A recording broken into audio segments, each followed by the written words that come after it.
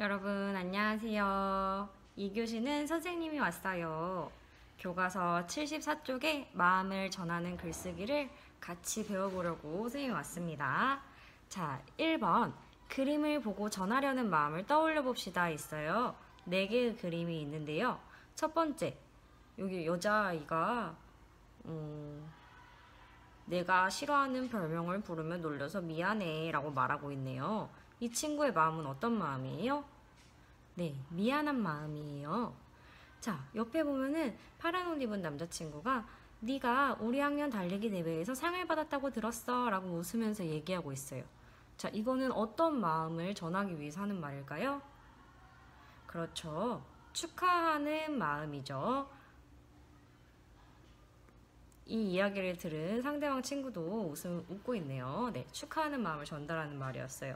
세 번째 그림 보면은 한 친구가 병원에 누워 있어요. 링겔을 꽂고 누워 있는데 괜찮아? 물어보고 있어요. 이거는 어떤 마음이에요? 네, 걱정스러운 마음입니다. 자, 마지막 보시면 친구가 일기를 쓰려고 하는 것 같죠? 지금 여러분들 일기 숙제 있습니다, 주말에. 자, 일기를 쓰고 있는데 지금 생각풍선으로 친구와 같이 블록놀이를 한 걸 생각하고 있나 봐요. 그러면 이거는 어떤 마음이 들었을까요? 네. 즐거웠던, 행복했던, 네, 그런 기뻤던 그런 마음. 친구한테 만약에 편지를 쓴다 그러면 고마운 마음일 수 있겠네요. 나랑 같이 놀아줘서 고마워 이런 마음일 수도 있어요. 네, 이런 마음들이 있습니다. 여러분, 오늘은 우리가 마음을 전하는 글을 써볼 거예요, 직접. 그래서 먼저 마음을 전하고 싶은 일을 말해봅시다. 네, 2번에 보면 있어요. 자, 맨 앞에 있는 남자친구는 나는 새 신발을 사주신 어머니께 고마운 마음을 전하고 싶어 하고 있어요. 고마운 마음을 전하고 싶대요. 옆에 있는 여자친구는 친구를 놀린 적이 있는데 그때 바로 사과하지 못했어. 지금이라도 미안한 마음을 전하고 싶어 라고 말하고 있고요. 그 옆에 친구는 얼마 전에 다쳐서 보건 선생님께 치료를 받은 적이 있어. 그때 참 고마웠는데 고맙다는 말씀을 제대로 못 드렸어. 그래서 고마운 마음을 편지로 쓰고 싶다고 얘기하고 있어요. 자, 여러분은 어떤 마음을 전하고 싶으세요? 친구한테 전하고 싶을 수도 있고, 뭐 가족일 수도 있고요, 부모님일 수도 있고, 동생일 수도 있고, 할머니, 할아버지일 수도 있고요, 뭐 선생님일 수도 있고, 학원 선생님일 수도 있고, 여러분 주위에 있는 사람들에게 말을 하고 싶었는데 전하지 못했던 일이 있었다면 지금 떠올려 보세요. 사실 이거를 친구들이랑 같이 얘기해야 나도 그런 적 있었는데 하면서 생각이 나는데, 지금 생각해 보시고 생각이 안 나는 친구는 이따 11시에 줌에서 만나서 같이 얘기해 봐요. 일단 생각해 봅시다. 생각을 한 친구는 3번으로 넘어갈 거예요.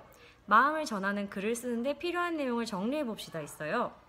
마음을 전할 사람, 전하려는 마음, 있었던 일, 마음을 나타내는 표현. 이 4가지가 꼭 들어가야 돼요. 마음을 전하는 글에 꼭 들어가야 돼요. 선생님은 마음을 전할 사람을 정했어요. 선생님은 누구한테 쓸 거냐면요, 선생님 아빠한테 쓸 거예요. 우리 아빠. 자, 전하려는 마음은 뭘까요? 네, 그렇겠죠. 선생님이 아빠한테 편지를 쓰는데 아버지 실망했습니다 이런 건 아니겠죠. 네, 고마운 마음을 쓸 거예요. 있었던 일, 이게 굉장히 중요해요. 내가 마음이 고마운데 도대체 뭐 때문에 고마운지를 상대방이 알게 쓰는 게 중요하거든요. 그래서 있었던 일은 뭐냐면, 어제 선생님 아버지가 선생님한테 맛있는 오징어전을 해주셨어요. 선생님 아버지가 나이가 60세가 넘으셨는데 아직도 선생님을 위해서 맛있는 음식을 해주십니다. 네, 선생님도 지금 이만큼 커서 아빠한테 음식을 대접해도 모자란데 선생님은 요리를 잘 못해요. 그래서 선생님이 요리를 만들어가면 아빠가 으악! 이 무슨 맛이야 이렇게 이걸 만들어 왔니? 라고 말씀하십니다. 그래서 선생님이 요리를 대접하는 건 효도가 아니에요. 자, 벌칙이에요. 그래서 선생님 아빠가 음식을 되게 잘 만드셔서 매일매일은 아니고 한 일주일에 한두 번 정도? 일주일에 한 번에서 2번 정도는 꼭 맛있는 음식을 해서 선생님 가족을 다 같이 초대해 주세요. 그러면 선생님 아들들이 엄청 잘 먹어요. 가서 할아버지가 해주는 음식을. 그래서 있었던 일은 이제 아빠가 매주 맛있는 음식을 해주신 것을 감사하다고 적을 거예요. 자, 마지막에 마음을 나타내는 표현이 있어요. 이거를 얘들아 그냥 고마워 이렇게 표현할 수 있죠. 근데 그냥 고마워 하면 내가 얼마나 고마운지 표현이 잘 안 되잖아요. 그래서 이 부분도 굉장히 중요해요. 내가 그걸 어떻게 표현을 할 건지, 선생님은 어떻게 표현을 하려고 하냐면 아빠가 해주신 음식이 음식점에서 사 먹는 것보다 맛있다고 한 것은 진심이에요. 앞으로도 건강하셔서 맛있는 음식을 오래오래 해주셨으면 좋겠어요. 이런 식으로 네, 표현을 할 예정이에요. 선생님이 한 것처럼 여러분도 지금 마음을 전할 사람을 생각하시고 여러분이 전하고 싶은 마음, 그리고 있었던 일, 어떤 일 때문에 이런 마음이 생겼는지, 그리고 그 마음을 어떻게 표현할 건지 생각하면서 이제 다음 장 넘어갈 거예요. 자, 다음 장에 보시면 마음을 전하는 글을 써봅시다 라고 있어요. 지금 앞에서 떠올려 봤죠? 네, 그 사건을 가지고 이제 편지를 쓸 거예요. 자, 선생님이 아빠께 편지를 썼어요. 쓴 거를 읽어줄 테니까 같이 읽어보고 참고해서 여러분도 적어보도록 하세요. 자, 아빠께 이렇게 아빠를 부릅니다. 아빠, 찜통 같은 더위가 물러가나 했더니 연달아 오는 태풍에 올 한 해는 참 정신이 없네요. 코로나와 태풍이 무섭게 몰아치는 2020년이 이제 4개월밖에 남지 않았어요. 올 한 해 힘든 일도 많았지만 그래도 돌아보면 열심히 또 잘 지낸 것 같아요. 자, 편지를 쓰자마자 갑자기 고마워, 미안해, 속상해 이렇게 하면 상대방이 당황하니까 이렇게 주변 이야기들을 합니다. 보통 뭐 날씨가 좋네요, 뭐 별일 없으셨어요, 건강하시죠, 이런 식으로 편지를 시작을 합니다. 별일 아닌 약간 안부 인사 같은 거죠. 안부 인사로 편지를 시작해 봅니다. 그 다음에 이제 본론 들어갈 거예요. 이제 내가 전하고 싶은 말, 선생님이 있었던 일, 그리고 전하고 싶은 마음 썼습니다. 두 번째 문단에 아빠, 어제 오징어 전을 맛있게 먹고 편지를 써요.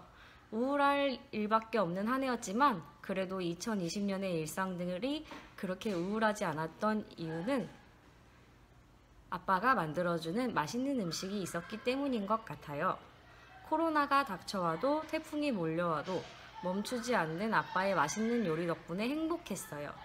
봄에는 봄나물로, 여름에는 삼계탕으로 절기에 알맞은 음식들을 먹을 수 있는 건 정말 축복이에요. 아빠 덕분이에요. 이렇게 있었던 일을 이용해서 감사하는 마음을 전했습니다. 그 다음 마지막이에요. 음식점에서 파는 것보다 맛있다고 한 것은 진심이었어요. 특히 튀김이랑 닭 요리는 최고예요. 아빠가 요리를 잘 만드셔서 우리 아들들도 할아버지 집에만 다녀오면 배가 볼록 불러서 와요. 앞으로도 건강히 맛있는 음식 많이 많이 만들어주세요. 늘 감사해요. 다음 주에도 기대할게요. 2020년 9월 3일 목요일, 아빠와 아빠의 음식을 사랑하는 큰딸 올림. 네, 이렇게 선생님이 아빠에게 감사하다는 마음을 여러 가지로 표현했어요.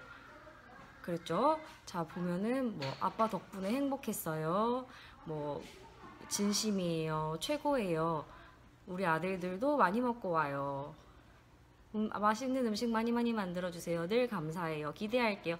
이런 여러 가지 여러 가지 단어들을, 여러 가지 문장들을 이용해서 감사한 마음을 표현해 보았습니다. 자, 여러분들도 그냥 사실 쉽게 끝날 수 있죠. 이걸 되게 간단하게 쓰면 아빠 맛있는 음식을 만들어 주셔서 감사합니다, 끝, 이렇게 쓸 수 있어요. 하지만 우리가 다양한 단어들을 이용해서, 다양한 문장들을 이용해서 감사함을 더 진심으로 표현해 보도록 노력해 보세요. 알겠죠? 전 잘 못하겠어요 하지 말고 노력해봐서, 노력해보는 시간을 갖고 우리가 이 편지를 잘 써보도록 합시다. 편지를 쓰시고 이따가 11시에 만나서 같이 읽어보도록 해요. 화이팅! 모두 화이팅!